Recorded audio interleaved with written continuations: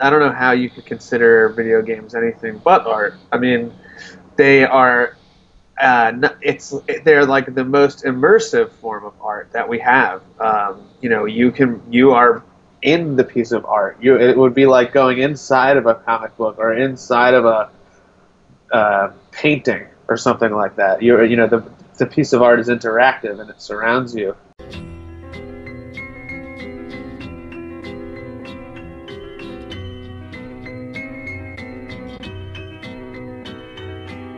They told me not to be so arrogant on the intro when I have less subscribers than the math to the video. But funk that, let me be real for a minute. We've been here for years to do what we do cause we love it. We interview people from the game community. It doesn't matter if you're new or a new celebrity. Like getting rid of Derek profile so you can hate me. Because a thumbs down is seriously stupid currency.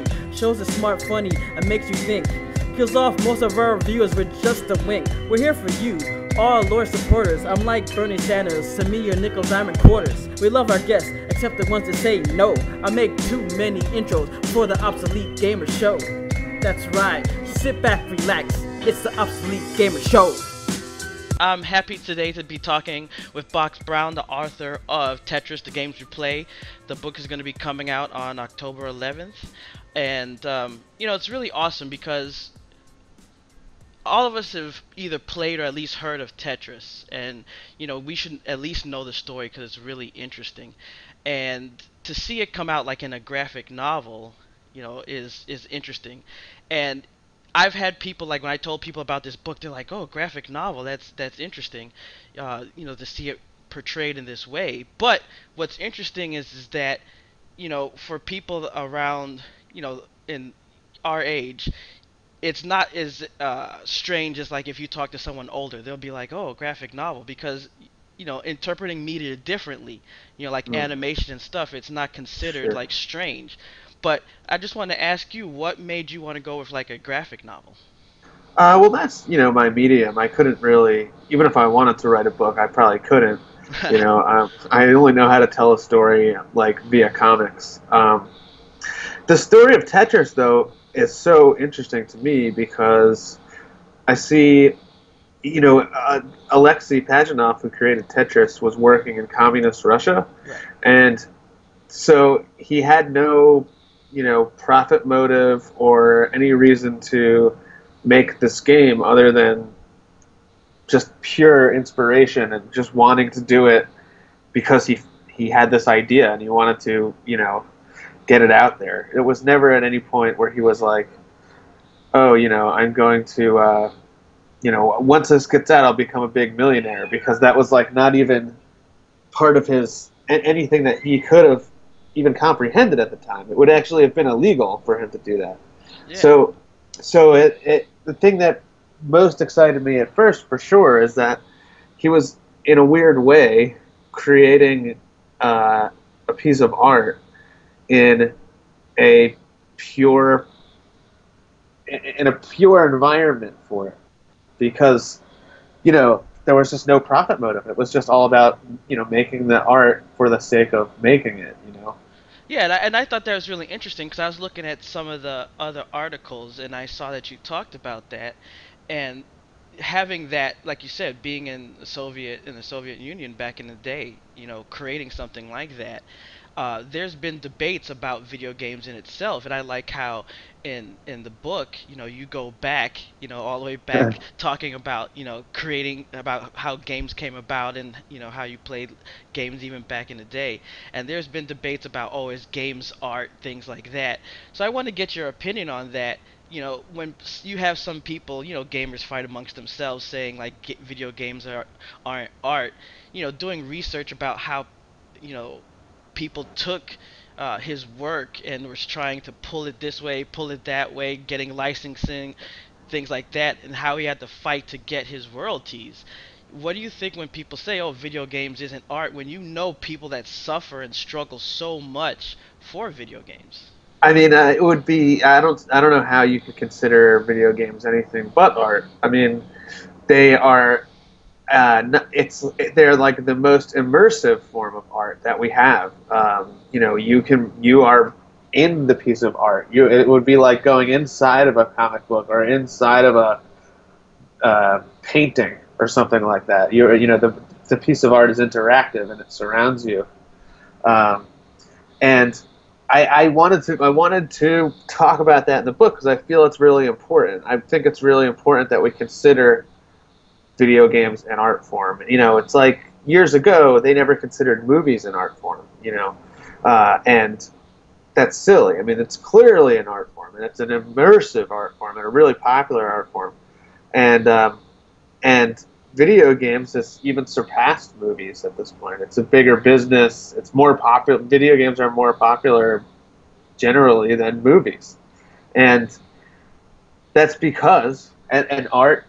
You have to think of a broad definition of art, but entertainment, all these things, like this is what we live for. This is what people, this is why people work 40 hours a week. So on the weekends or after work, they can experience these things, I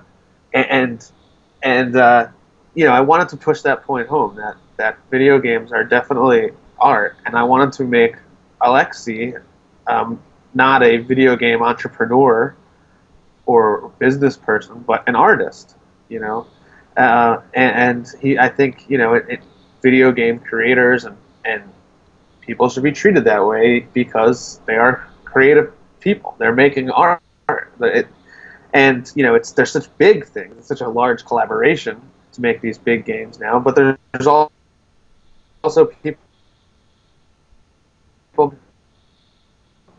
and it's a creative endeavor, and it's awesome, Now, with your first book, that was also Andre the Giant Life, that was on the New York bestsellers list, New York Times bestseller list for 3 weeks. That congratulations on that. Obviously, you have experience, but I was reading how you said that you wanted to make sure that you could get the characterization down. You wanted to make the characters, and that's what you were talking about getting the characters through.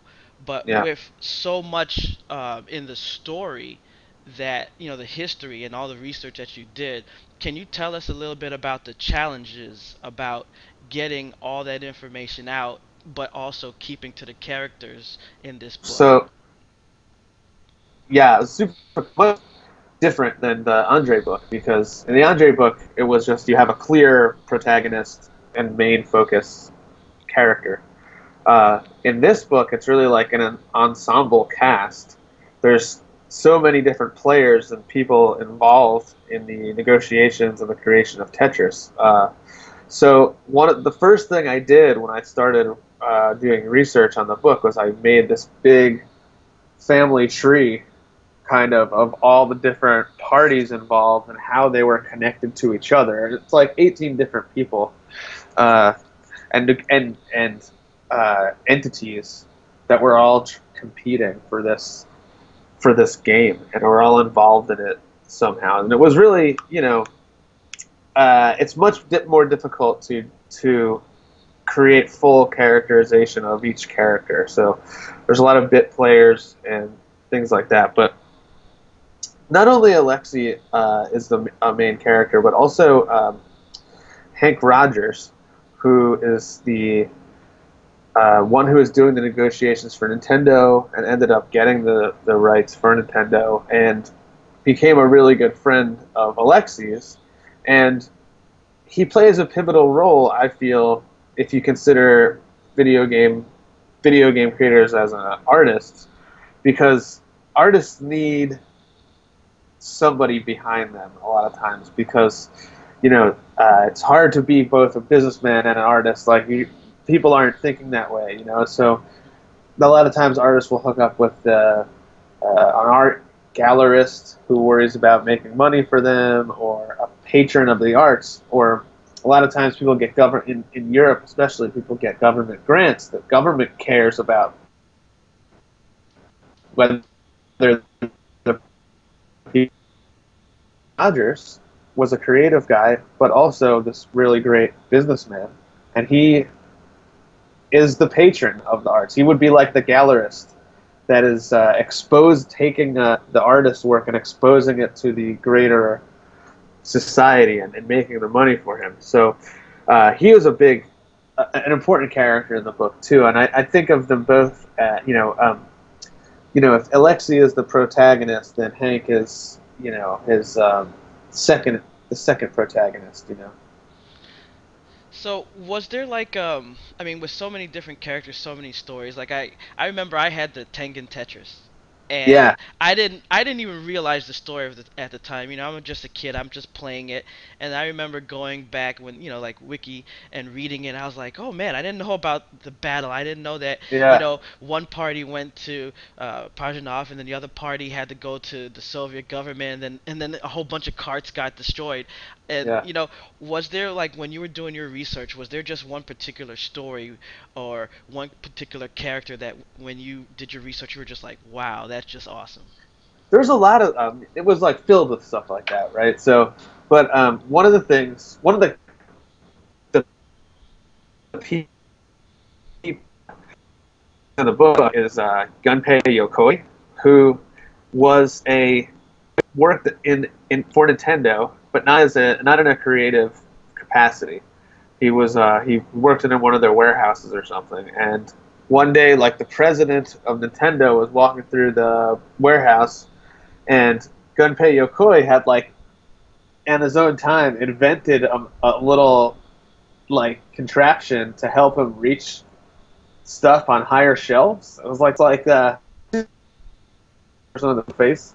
It's like that, but he goes like this and it reaches these long things. So the president of Nintendo saw this and made him put him in a creative field, and he started making toys for them, and they made that thing into like a toy for kids, and he invented all these great things. For instance, the zapper, like light gun technology, he invented that.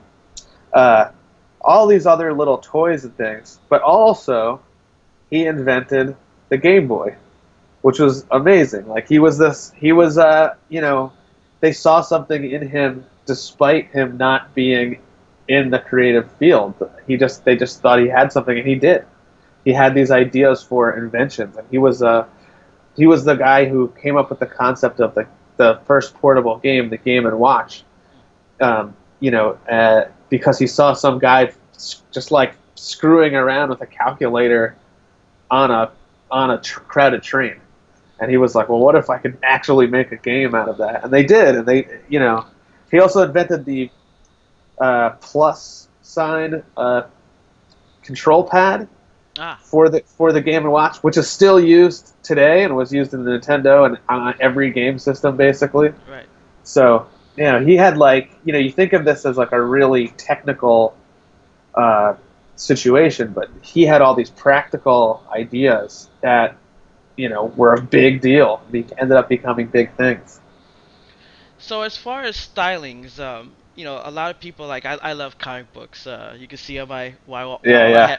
So I love looking at the different stylings, and people have like different artists that they love. Like for instance, love like Spider-Man, so I love watching like McFarlane when he did Spider-Man run. For like Sure. your art style, was there like inspirations that you drew on? Was there like an art style that you liked a lot? Sure. I when I was getting started in comics, I was definitely influenced by Chris Ware's work and James Kochalka, who does a comic. He did a comic called American Elf for a really long time, and now he has a book called Super Effers now. And I was really influenced by him because when I got started, I got started kind of late making comics. I was like in my mid-20s, and so I was untrained, but I could do something, and I think that James Kochalka and a lot of these cartoonists have a style that's simple, but tells the story, but is also interesting, even though it's simple. You know what I mean? So I think that's really where my style developed. Was there like any area in your research that was just really hard to find information? Like, was there like a certain character or something that you were searching for that was difficult to find? A challenge? I was never able to speak with Alexei during the creation of the book, so I would have loved to talk to him and get a little bit more of a feel for what he was like, So stuff like that was difficult. Getting actual outreach to them. Um, the research process is difficult. I mean, like, you find information about something, you have to go and double check on things and go back and make sure that's actually correct and all these things like that. But it's weird because the research, even though it's a lot of work, it doesn't really feel like work to me because Right. you're like teaching yourself and you're just kind of, it's like, you fall, it's like, when you fall into a Wikipedia hole and you're just reading all these Wikipedia pages, it's like that, you're just learning and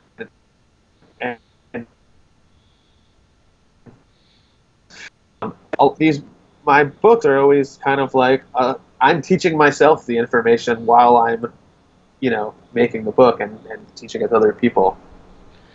Now, I know that a lot of times, when you're putting something together, like unless you're just writing like a straight biography and you're taking dictation or something like that, like you talked about how you had to put a piece of yourself, you're putting your own, uh, you're putting a little bit of yourself into something because you're trying to craft that character.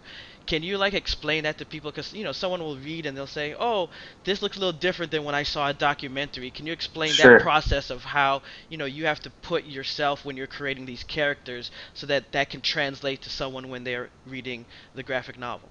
Yeah, I mean, it's something I think I do with any character that I write about. Uh, you put yourself like in their shoes, and you try to think how they're thinking, and because you don't know exactly what they were thinking, but you only know their actions and what happened and what they did, and sometimes they talk about what they were thinking, but not always. And I kind of just, it was easy to do. I feel like with Alexei because I feel like, you know, I'm and with Andre the Giant too. It was like I have these similar characteristics. I'm not a huge giant or anything, but I felt like an outsider before. I felt like somebody who was different and unable to connect with the rest of society. And with Alexei too, I've made art that. I've been in that position where I've been making art for personal, just for personal gain. And I feel like I try to be like that with everything that I do, uh, and not think about it as like a business or anything like that. So I identify a lot with Alexei. He has like a pure creativity, and he got into it late in life too. Like he was always like a scientist and did games on the side, and then eventually he was able to do them full time and all the time and practices art in that way. And I tried to do that myself. So was that the most fun character crafting? In the book, in the Tetris book, yeah, probably. I mean, he's the main character to me. He was the hero of the book. So as far as Tetris itself, the game, like, did you play Tetris a lot? Like, was there a favorite Tetris version, like the Game Boy, Nintendo, Yeah, computer? yeah. Oh, I played it like I definitely put my 10,000 hours in playing Tetris between 1990 and 2000 probably. Uh, I really like the Game Boy version. I played it so much. Like when I was working, I used to work at like a card store when I was like 14, 15, 16, and it was like so slow and boring. And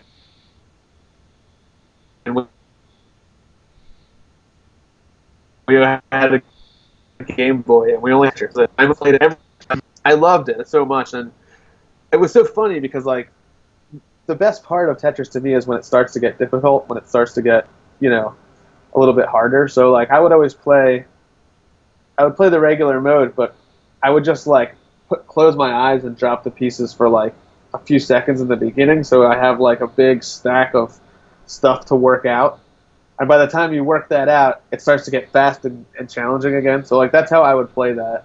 And then I also liked in the Game Boy version that they had uh, beat the B game that was just like Oh yeah. starts out really fast and you can set it up with difficulty and then they would shoot the rocket up if you did it. That was like a really fun game to me. Yeah, I like how in one of the article pieces that you talked about, I believe you said your wife's mother was played it in the bathroom. Yeah, for sure. Yeah, to be like, Mom, what are you doing in there? Nothing. I think that that was like that, and just Game Boy games in general was the probably the most games played in a bathroom ever. Oh my God, definitely. Like that's where it just like lived in the bathroom. It's like, what are you doing in there playing Tetris? Right? No, really, I am. And you just stick the Tetris out the door.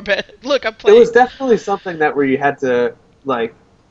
We bought one for my nana because she kept playing, like taking ours and playing it, and like it was really like I'd have to fight with my dad and be like, Dad, come on, you've been playing it for an hour now. Help me out here. You know, it's my toy. You know what I mean?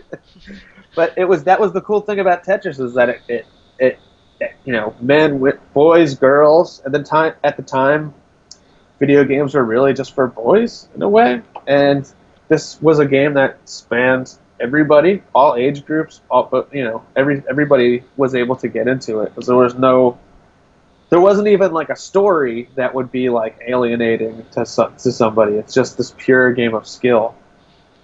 Yeah, and I think that the fact that so many different people, doesn't matter, like you said, gender, age, race, doesn't matter. All these people were playing Tetris. You saw it on so many platforms. It was Yeah, incredible how it crossed over.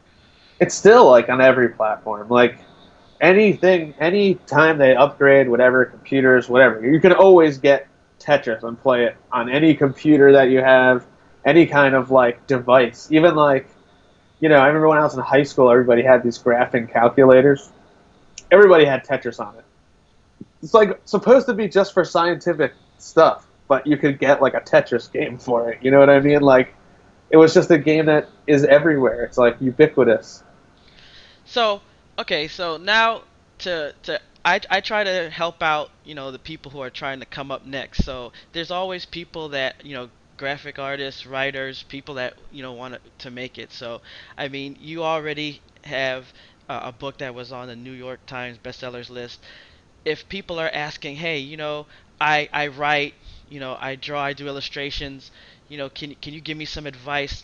What can I do? How can I do what you've done? What would you tell someone who's, trying to follow in your footsteps? I always tell people I got really good advice when I was getting started out, which was to give yourself a decade. Don't you know what I mean? Like, you don't have to do it all at once. It's a lifelong pursuit, and working every day and finding This to me was something that I wish that I developed earlier in life because it's so rewarding to have a daily practice. You look forward to doing something, and you can watch your progress as it happens. You know, you get better. The more you do things, the better you get at it. You know, it's like really the only way to get to do anything is to do it and sit down and do it. And it's not going to be great when you first get started. And you know what? It's never feels great. So you know what I mean? Every piece that you put down, you have doubts about and stuff like that. Like that never goes away. But the key thing is to just you have to have a lot of patience and confidence enough in yourself that eventually you're going to be doing really good work. If you're not doing it right now, maybe I think also when you get started, it kind of helps to have a little bit of naivete and kind of be like think that you're better than you are because you know deep down inside that you will be good and you have the great work inside of you.